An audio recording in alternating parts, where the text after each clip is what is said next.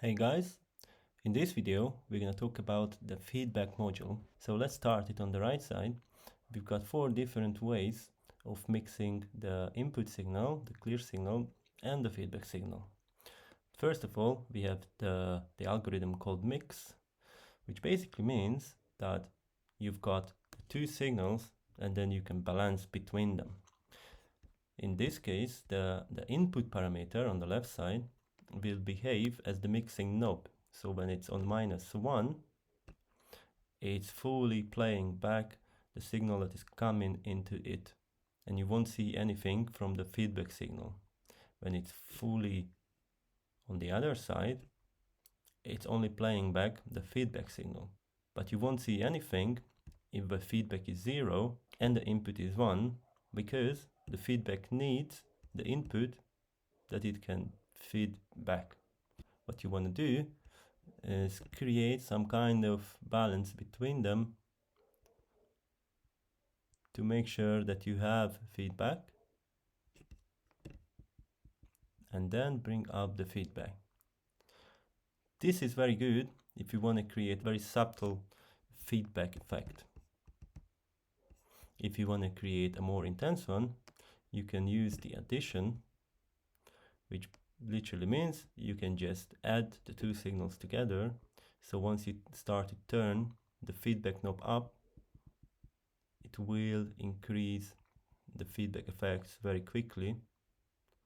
And then if you go beyond value 1, you will notice that it will burn out the whole picture and turn into white.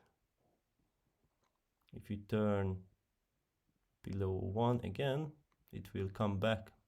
You also have the possibility in this case to decrease or increase the input signal if you have a dark or bright image.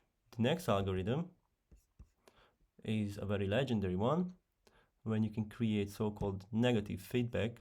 In this case, you are subtracting the two signals from each other, and for this it's much more useful if you are using a brighter image, and it's especially looking good if you are offsetting the feedback signal.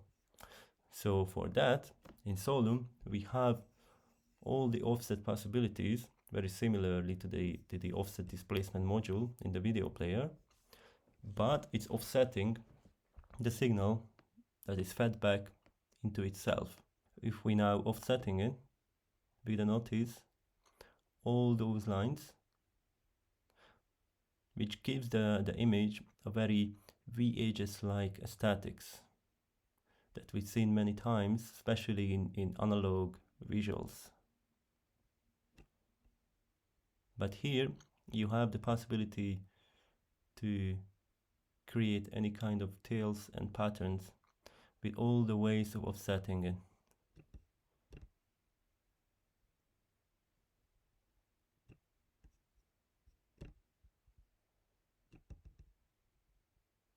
And then you've got the max algorithm, which basically just gives you back the maximum value of any sides. In this way, you can create a more controlled feedback effect. Alright, that's it. See you in the next one.